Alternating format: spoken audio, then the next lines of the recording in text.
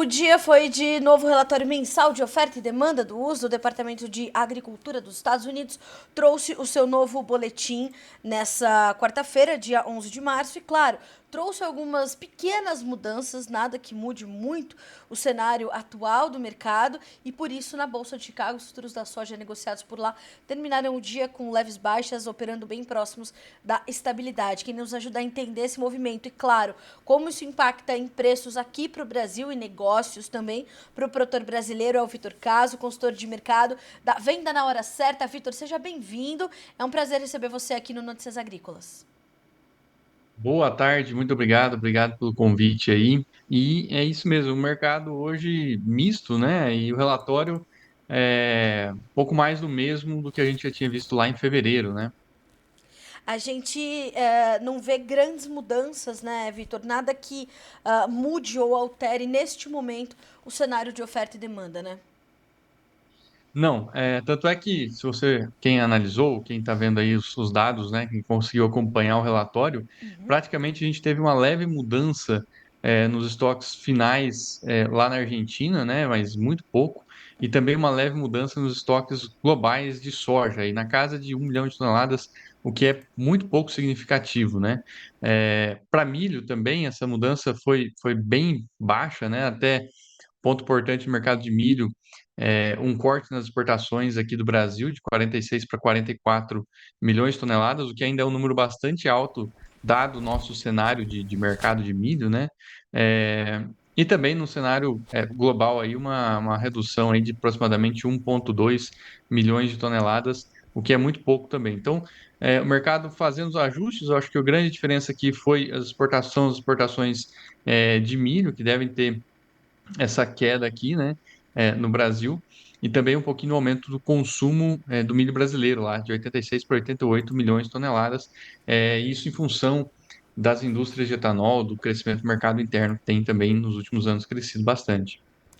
E é possível perceber que o mercado ainda está bastante, claro, né? Recebeu com bastante ansiedade, como é natural, esse relatório, Vitor, mas ele dividiu a energia dele entre esse momento de novo relatório do USDA, mas vai olhar também para o final desse mês, para as intenções de plantio de área dos Isso. Estados Unidos, que é algo bastante esperado, bastante importante para a safra 25-26, e claro, para o desdobramento todo que está em curso da guerra comercial, né? Hoje o relatório foi mais É, um fator nessa enxurrada de notícias, né?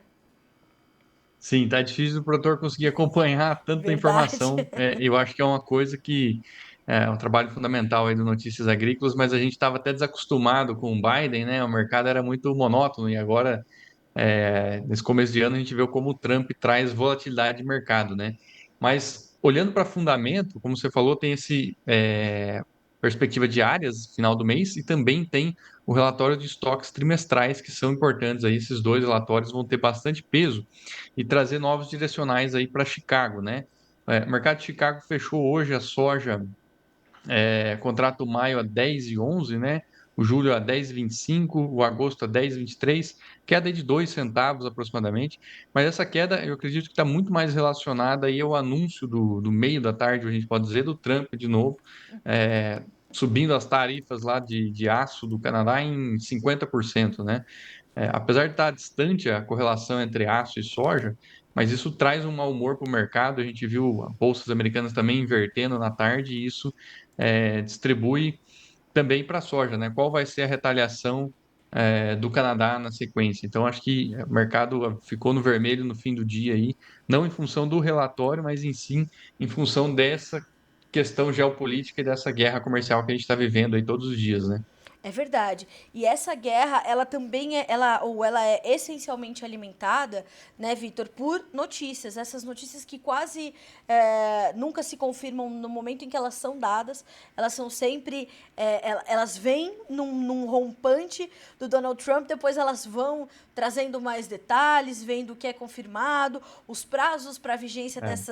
dessas tarifas. Isso vai manter a volatilidade muito acentuada, mesmo que Chicago testando oscilações tímidas, contidas no mercado futuro norte-americano, Vitor? Sim, eu acho que isso reflete, na verdade, o mercado Trump tem perdido um pouco de credibilidade, porque essa questão, como você falou, né? Posta lá um Twitter ou alguma coisa na rede social dele mesmo, depois chega no dia de tarifar, ele posterga para mais 30 dias e assim por diante. A política do caos, né? A gente vê alguns economistas até falando aí, isso tem trazido um pouco de dificuldade para ele também em confiabilidade. Por isso que eu acho que é importante a gente olhar para fundamentos do mercado de soja e milho, como a gente vai falando nos próximos relatórios aí de fim de mês, mas mais importante também para o produtor rural, que recebe muita informação e também fica muito na dúvida vendo tudo isso, né? O que eu faço agora, o que eu não faço? É até difícil se planejar, porque, por exemplo, a gente teve um final de semana que o Trump anunciou uma tarifa e no mesmo final de semana ele tirou a tarifa, no sábado para domingo.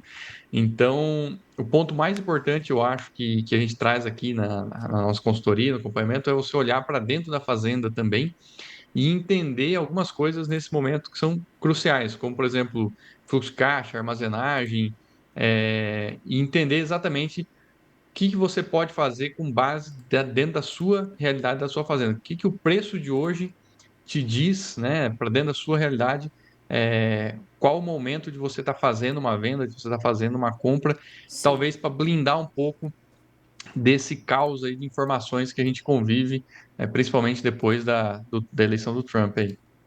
E como é que você está vendo esse momento se traduzir em negócios e formação de preços para o produtor brasileiro, Vitor? Nós temos, ao passo em que toda essa volatilidade do dólar, perdão, de Chicago se mostra, a gente tem uma volatilidade do dólar que também não fica muito atrás. Ontem nós tivemos uma alta de mais de Sim, 1%, hoje uma pequena devolução, uma pequena realização de lucros, ainda 5,81, não é um dólar baixo. Então a gente tem que colocar mais essa não, conta na formação de preços da soja, né? Como é que você está vendo toda exatamente. essa composição de fatores para isso se traduzir em um cenário de comercialização aqui para o produtor brasileiro?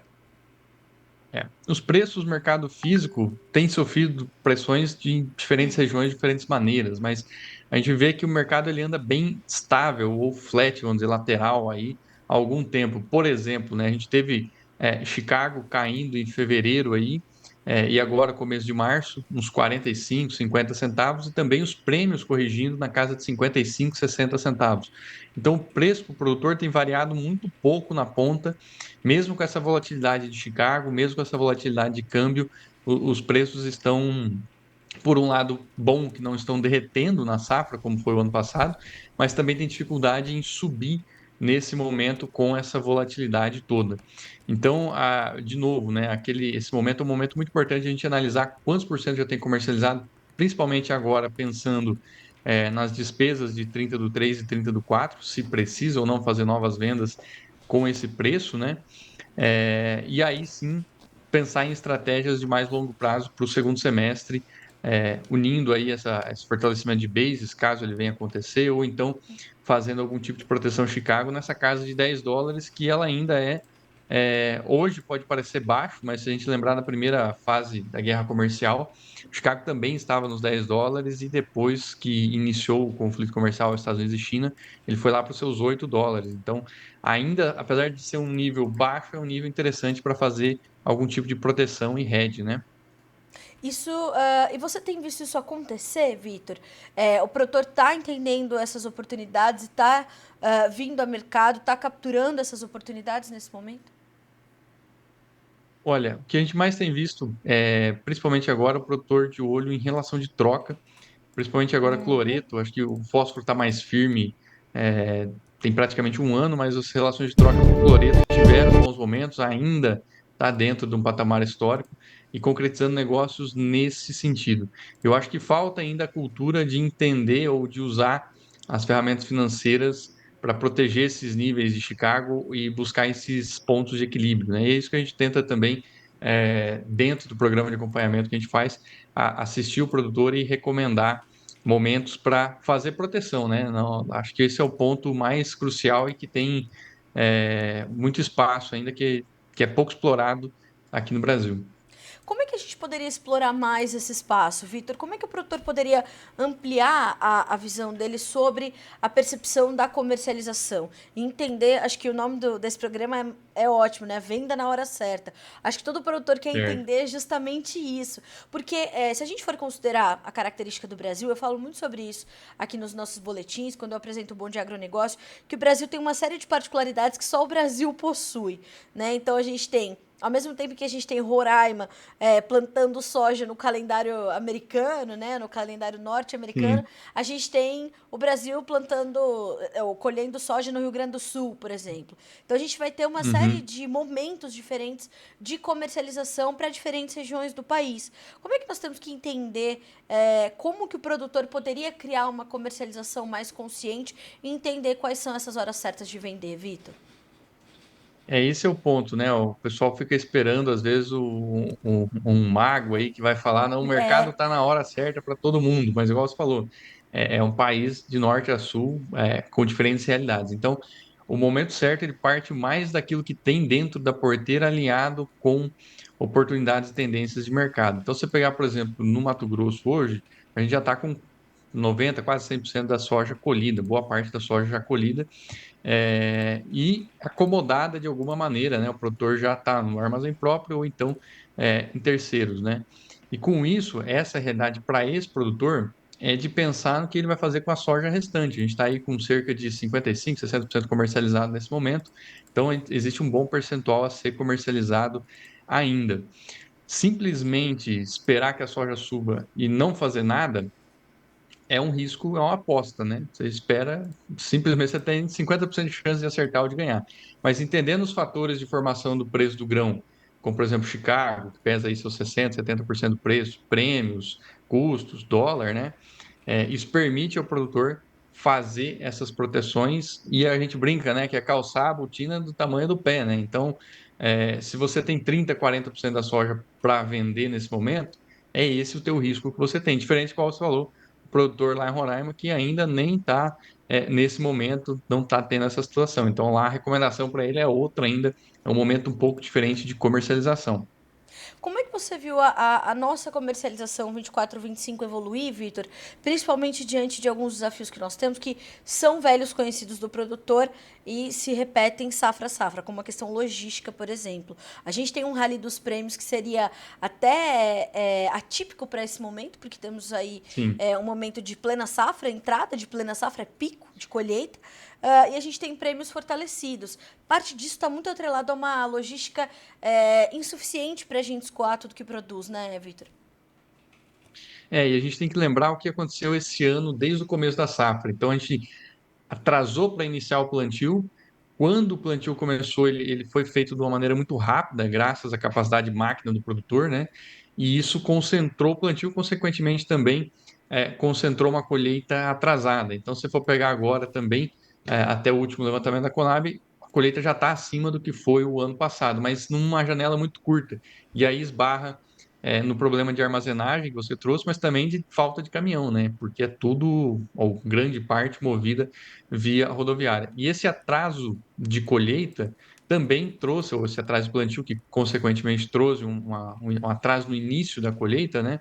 É, demora, né, para a soja estar chegando nos portos e com isso também a gente viu os prêmios subindo nesse momento. Se a gente for lembrar, o ano passado a gente tinha prêmios extremamente negativos nesse momento, menos 100 centavos, e agora a gente está falando de prêmios positivos aí de 50, 60 centavos, Exato. numa safra que é a safra recorde que vinha sendo anunciada. Isso realmente é atípico, como você falou, consequência principalmente desse atraso de colheita que a gente teve, né? Esse atraso de exportação que a gente tem. Mas também um segundo fator que pesa nesse momento é esse conflito comercial. Querendo ou não, você tem uma demanda que começa a ficar mais aquecida para o lado do Brasil, e isso também ajuda a gente ter esses prêmios mais resistentes aí nesse momento de safra, que é um momento onde você deveria ter mais pressão, né? Prêmios zero ou negativo, como foram no ano passado, mas a gente está vendo prêmios bem positivos aí, o que é muito bom para o produtor, né?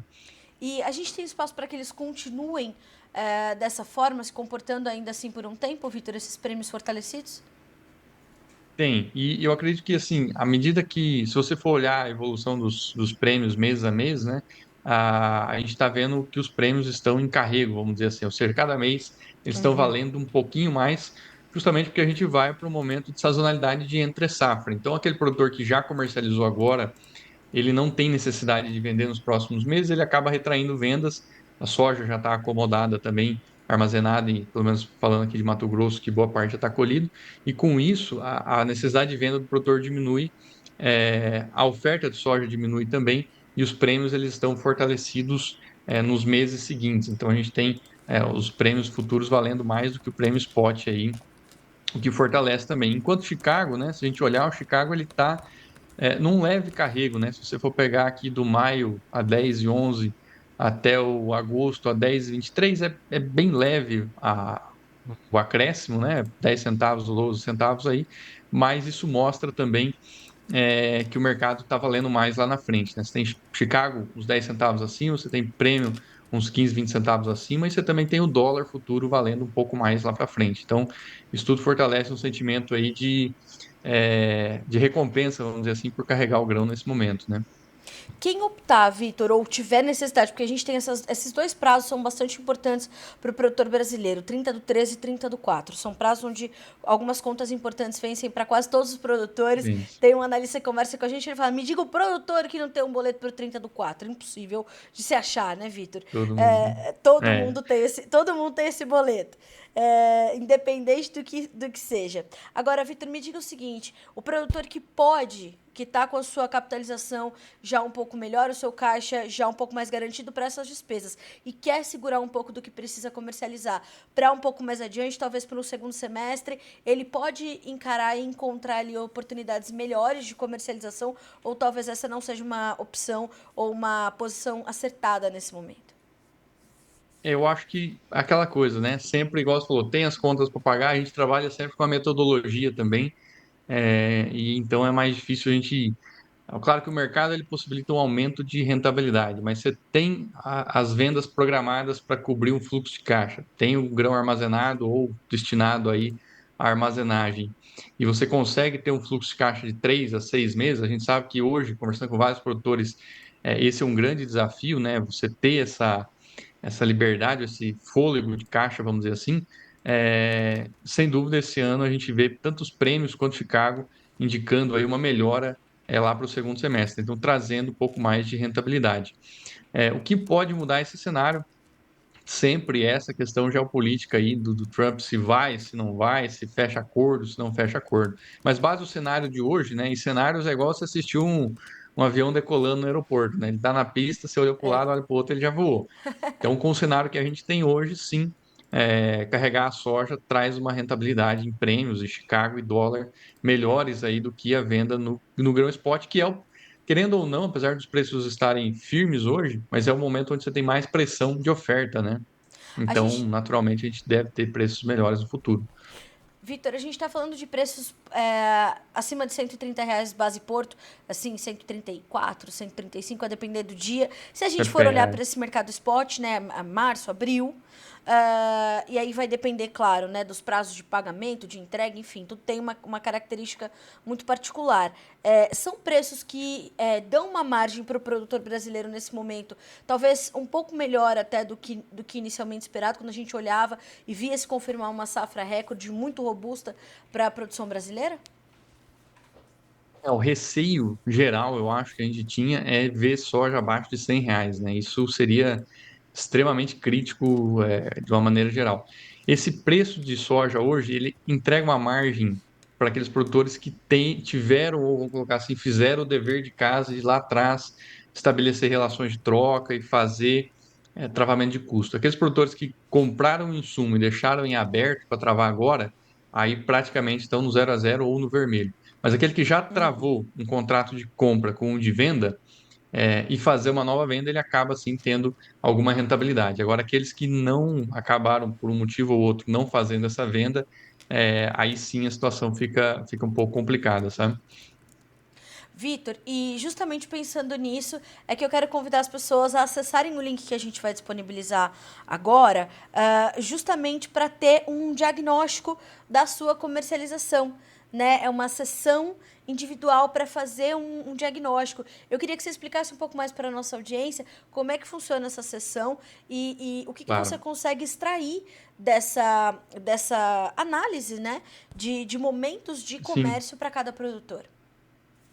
Essa é uma sessão individual e gratuita. Eu, alguém aqui da empresa, vai estar fazendo uma chamada individual para analisar a comercialização e entender, como a gente falou durante aqui a nossa conversa, né, que são diferentes realidades que o produtor enfrenta no Brasil, o produtor gaúcho, o produtor do Mato Grosso, e se você for pegar nos últimos anos, por exemplo, o Rio Grande do Sul tem sofrido com seca seguidamente, o Mato Grosso do Sul também, regiões ali com bastante quebra, enquanto, por exemplo, o Mato Grosso tem a sua estabilidade. Quebra um pouco aqui e ali, mas consegue garantir uma produção. Então, cada realidade dessas, ela exige um planejamento e estratégias de comercialização diferentes. Às vezes, apostando mais em exposição do mercado físico, vendendo mais grão mesmo, fazendo contrato a termo, futuro, ou outras de jeito nenhum, né? Se for pegar no Rio Grande do Sul, é loucura falar para o gaúcho vender contrato para o ano que vem, ele cai de costa. Ele Então, cai. mas como que esse produtor vai gerenciar risco? Como que ele vai proteger a comercialização dele para garantir rentabilidade? Tem que usar o mercado ao seu favor, tem que usar o mercado futuro, tem que entender um pouquinho dessa formação de preço. E nesse diagnóstico, nessa conversa aí de meia hora, 40 minutos que a gente faz, a gente analisa isso e consegue avaliar pontos de melhoria, tanto em planejamento, desenvolvimento, pós-colheita, como otimizar rentabilidade pós-colheita. Então, nesse momento, a gente tem a taxa de juros muito alta no Brasil. Isso é um problema, mas também uma oportunidade de você estar rentabilizando o grão ou estar usando algumas estratégias que unem tanto o mercado físico quanto o mercado financeiro. É você unir a porteira para dentro e a porteira para fora. Da porteira para dentro, a parte agronômica, eu sou agrônomo também, mas o produtor já dominou o mercado, né? Já dominou a produção de soja. Acho que tem pouco ali a se agregar no dia a dia ali, mas da porteira para fora, quando a gente fala de mercado de soja, mercado de milho, prêmio, dólar, seguros de baixa, participações de alta, a gente vê que ainda tem muito a ser explorado e é muito pouco utilizado. Então, esse é o ponto-chave aí desse diagnóstico, é entender qual o nível de comercialização você já tem e quais pontos de melhoria nós podemos levar e agregar para o pro produtor rural que precisa de um acompanhamento de comercialização, alertas de venda, alertas de compra, e estar atento a esse mercado que tem, né? Acho que no começo da pandemia ficou claro para todo mundo a volatilidade de mercado e depois agora, nos últimos 2 anos também as quedas de preço, como tudo isso é importante. Além de produzir mais, é você também vender bem, vender na hora certa, né? E eu falo muito sobre isso aqui sempre que eu posso, Vitor, porque eu acho que quanto mais a gente trabalhar uma comercialização consciente por parte dos produtores, mais competitividade a gente vai ter do que já temos, né? Então nós estamos falando Uhum. de um Brasil completamente potente nesse comércio, somos líderes de produção, somos líderes de exportação, mas podemos e precisamos melhorar as nossas formas de vender, de comercializar e de proteger a renda desses produtores, né? Então esse link que está aqui já no nosso chat disponível permite que os produtores que estão aqui nos acompanhando façam esse acesso, né, Vitor, e entendam um pouco mais e Isso. agendem a sua própria sessão desse diagnóstico da comercialização, não é isso? Exato, exato. Até se alguém tiver alguma pergunta aí e quiser mandar aqui, eu não sei se a gente tem tempo ainda, Carla, Sim, a gente tem uns aqui no minutinhos. Se alguém chat. quiser tirar alguma dúvida, fiquem à vontade. O Vitor está aqui para nos responder. E o Vitor vai estar conosco todas as terças-feiras, às 11 horas, né, Vitor? Ou meio-dia, na verdade, acho que é Isso. meio-dia. Acho que é 11 horas, acho que é 11 horas. Eu vou confirmar, a gente vai fazer uma chamada, mas o Vitor estará conosco todas as terças-feiras para a gente falar também sobre comercialização e mais vezes estará conosco aqui também nesse momento do fechamento do mercado, todas as sextas-feiras. Hoje a gente já trouxe o Vitor aqui para a gente falar um pouquinho do relatório do USDA, como é que o mercado reagiu, mas todas as sextas-feiras o Vitor estará conosco por aqui para justamente a gente entender o mercado, né, Vitor? Como é que foi a semana e Isso. entender como é que os momentos de comercialização vão se apresentando e como o produtor pode capturá-los. Isso é importante. Identificar as oportunidades é fundamental, né? Claro, e também ficar atento aí nesses momentos de sexta-feira, oportunidades para a próxima semana, né? Não só o fechamento, mas também o que ficar atento aí para a próxima semana, tanto em relatórios quanto também em negócios de mercado físico, né? De fertilizantes, de grãos, como isso tudo pode contribuir no dia a dia para o produtor que está assistindo a gente aí. É isso mesmo.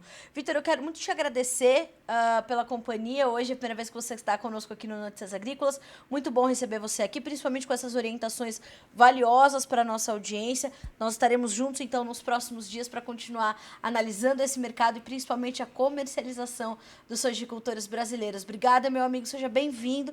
Mais vezes Obrigado. estaremos juntos, com certeza. Um abraço e até a próxima. Muito obrigado, Carla. Boa tarde a todos aí. Boa tarde. Obrigada para você também. Até mais. Bom, senhoras, até. Bom, senhoras e senhores, acessem este link que aparece aqui no chat de vocês. Vai ter uma sessão individual para diagnosticar a sua comercialização.